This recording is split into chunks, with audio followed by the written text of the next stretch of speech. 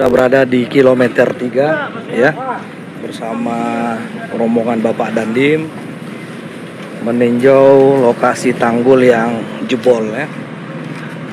Bersama tim Regu 3 ada rombongan tim dari Koramil Sukun BPBD ya. Nah, kita akan menuju ke lokasi di Batu 3. Kita berada di lokasi jebolnya tanggul ya, di Gampong Menasajo. Bang Sopian Kombet hadir juga. Tim Regu 3 melihat kondisi langsung. Tidak usah yang matang tengah darurat.